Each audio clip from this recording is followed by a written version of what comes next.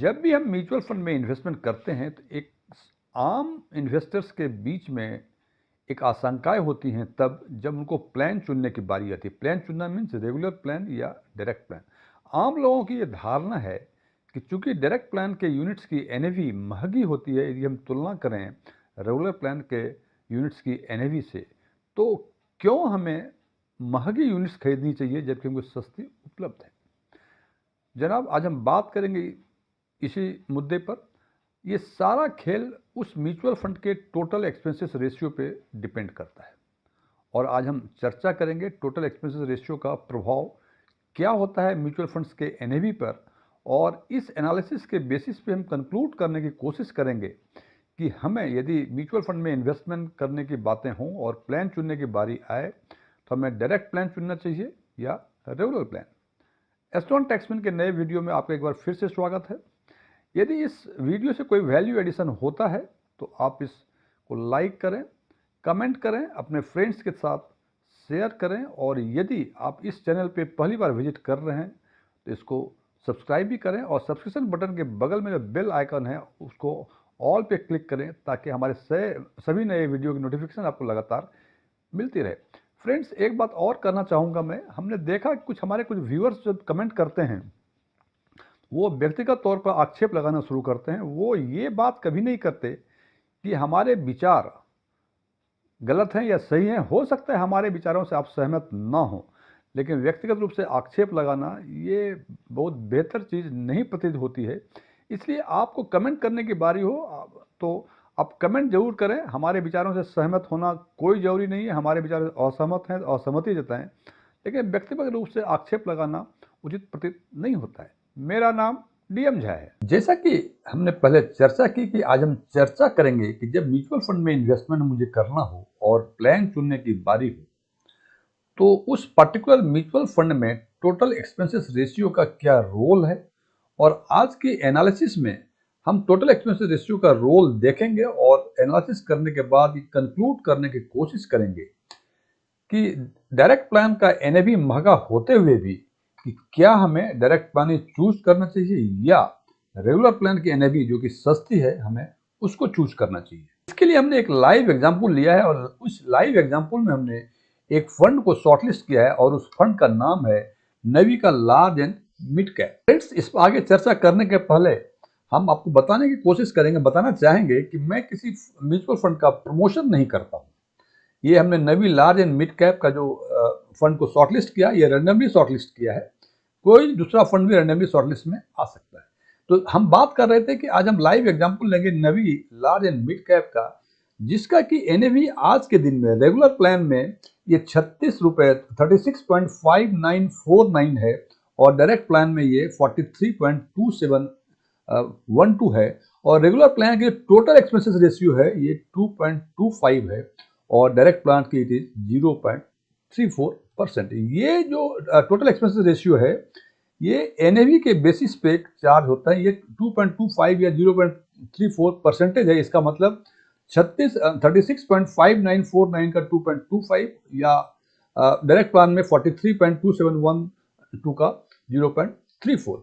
अब हम देखते हैं कि यदि हम इस म्यूचुअल फंड में आज के दिन 5 लाख रुपए इन्वेस्ट करते हैं तो हमें जो यूनिट्स अलॉट होती है, रेगुलर में अलॉट होती है 13,663.10, जबकि डायरेक्ट में ये होती है 11,555.02। मैं फिर रिपीट करना चाहूंगा कि इस म्यूचुअल फंड में हमने आज के दिन में 5 लाख रुपए इन्वेस्ट किया। क्योंकि रेगुलर की एनएवी कम है, जैसा कि आप जानते हैं कि रेगुलर की एनएवी कम होती है, तो रेगुलर में हमें 13,663, ये 5 लाख अपॉन 36.5949 करेंगे तो इट कम्स टू 13,663.10, और उसी हिसाब से डायरेक्ट प्लान में ये आती है 11,555.02। तो जनाब, आज के दिन में हमने 5 लाख रुपए दोनों ही प्लान में इन्वेस्ट कर दिया और हमने माना कि नवी लार्ज एंड मिड कैप की अगले 4-5 साल की जो CAGR है वो 20% है एक्सपेंसेस रेशियो डिडक्ट करने के पहले। मतलब 20% में फिर एक्सपेंसेस रेशियो डिडक्ट होंगे। तो जब माना कि 20% है और हमने इसको इन्वेस्ट किया आज के दिन में, तो हम देखते हैं कि फर्स्ट ईयर में डायरेक्ट प्लान जैसे हमने इन्वेस्ट किया तो ये 5 लाख इन्वेस्ट किया हमने, और 20% एक साल में ये 6 लाख रुपए हो गए। और इसके जो एक्सपेंसेस रेशियो हैं इट इज 0.34, तो 6 लाख का 0.34 इट कम्स टू 2040 रुपीज, और 6 लाख में से 2040 रुपये माइनस करते हैं तो ये आता है 5,97,960। इसका मतलब एक साल के एंड में जो कॉर्पस बन जाएगा 5 लाख का डायरेक्ट प्लान में, वो बनेगा 5,97,960 रुपये। और इसको यदि हम डिवाइड करेंगे, जो डायरेक्ट प्लान में एनएवी अलॉट हुई थी 11,555.02, तो एनएवी जो बनेगी at the end of first year under direct plan it comes to 51 रुपये 51.748। यही यदि हम रेगुलर प्लान में करते हैं तो 20% यहाँ भी 6 लाख हुए, और यहाँ जो टोटल एक्सपेंसेस रेशियो है ये माइनस होंगे हमारे 13,500 मीन्स 6 लाख का 2.25%, इट कम्स टू 13,500। और कॉर्पस जो बनेगा आपका eight the end of the first year under regular plan ये होता है 5,86,500 रुपये। और इसको यदि इसके यूनिट से डिवाइड करेंगे इसकी एनएवी बनती है 42.9258। ये जो जनाब फर्स्ट ईयर की बातें हो गई। अब फर्स्ट ईयर में डायरेक्ट प्लान में 5,97,000, जो सेकेंड ईयर में 5,97,960 रुपये लिए, इसमें फिर 20% ये हो जाता है 7,17,552 रुपये। और 7,17,552 रुपये का 0.34% ये होता है 2,440 रुपये। और 7,17,552 में से 2,440 माइनस करते हैं तो इट कम्स टू 7,15,112। और इसको यदि इसके यूनिट्स यानी 11,555 से डिवाइड करते हैं तो ये होता है 61.8876। इसका मतलब जो आपने 5 लाख इन्वेस्ट किया था सेकेंड ईयर के एंड में आपका कॉर्पस बन जाएगा 7,15,112 रुपये, और इसकी एनएवी होगी 61.8876। जबकि रेगुलर प्लान में वही किया होता है, यहाँ देखा आपने कि 5,86,500 रुपये बने थे eight the end of first year, जिसका कि सेकेंड ईयर में इन्वेस्ट किया, फिर इसका 20% लिया तो ये होता है 7,03,800 रुपये।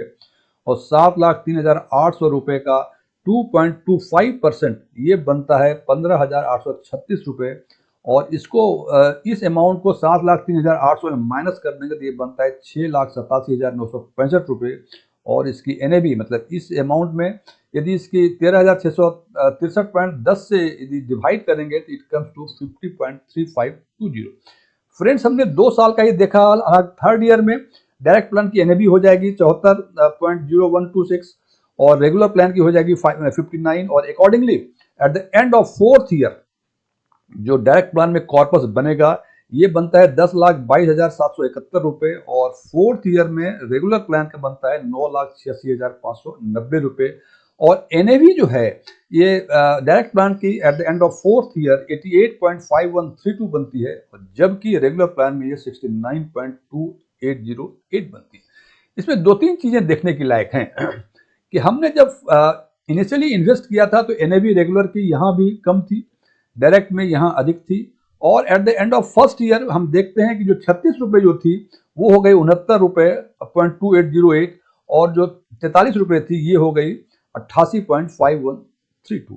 और कॉर्पस जो बनेगा डायरेक्ट में वो बनता है 10,22,771 और रेगुलर में बनता है 9,86,509। अब जैसे मैंने चर्चा की, जैसे मेरा थंबनेल है कि देखें कि टोटल एक्सपेंसेस रेशियो का क्या खेल है, उसका इंपैक्ट क्या पड़ता है। अब देखिए फर्स्ट ईयर में डायरेक्ट प्लान में अमाउंट दोनों में बराबर थे। डायरेक्ट प्लान में 2,040 रुपये एक्सपेंसेस रेशियो लगे, जबकि रेगुलर प्लान में 13,500 लगे, जिसके कारण कि जो कॉर्पस बना नेट जो इंक्रीमेंट हुआ 5 लाख का 86,500 ही मिला, जबकि डायरेक्ट प्लान में ये 97,960 रुपये बने। और इस हिसाब से देखें, ये तो केवल मैंने जनाब 4 साल का ही देखा है, 10 साल 15 साल जैसे नॉर्मल कोर्स में म्यूचुअल फंड का इन्वेस्टमेंट हम करते हैं तो ये एक्सपेंसेस रेशियो फर्स्ट ईयर में 240, रेगुलर में उसके अगेंस्ट 13,500, सेकेंड ईयर में 2,440, उसके अगेंस्ट 15,000, थर्ड ईयर में 2,918, उसके अगेंस्ट में 18,575, और डायरेक्ट प्लान में उसी हिसाब से फोर्थ ईयर में देखें तो इससे ये तो इम्पैक्ट होता है कि ये सारा खेल जो है एनएवी महंगा हो सस्ता हो जनाब, उससे कोई फर्क नहीं पड़ता है। बिकॉज हम जब म्यूचुअल फंड में इन्वेस्टमेंट करते हैं तो एनएवी एक हमारा शेयर का पोर्शन बताता है कि कितने यूनिट्स आपके पास अलॉट हैं, लेकिन उस यूनिट्स की जो एनएवी होती है वो उसके अंडरलाइंग एसेट्स में होती है जनाब। हम इन्वेस्टमेंट जो करते हैं, अमाउंट इन्वेस्ट करते हैं, हम यूनिट्स इन्वेस्ट नहीं करते। यदि यूनिट इन्वेस्ट करते तब हम कह सकते थे कि रेगुलर में 13,000 मिल रहा है और डायरेक्ट में 11,000 मिल रहा है, जबकि दोनों ही केस में हमने 5 लाख रुपए ही इन्वेस्ट किए हैं। चूंकि डायरेक्ट प्लान के जो खर्चे हैं, जो एक्सपेंसेस रेशियो वो कम है, तो निश्चित रूप से उनका कॉर्पस जो है वो अधिक होगा। सो आप इस झमेले में, इस उलझन में ना रहें कि डायरेक्ट प्लान की एनएवी अधिक है, वो महंगी है, तो हम उसमें इन्वेस्ट क्यों करें। क्यों नहीं हम रेगुलर प्लान में इन्वेस्ट करें जहां के यूनिट्स हमें अधिक मिलेगी, बिकॉज कि उसकी एनएवी कम है।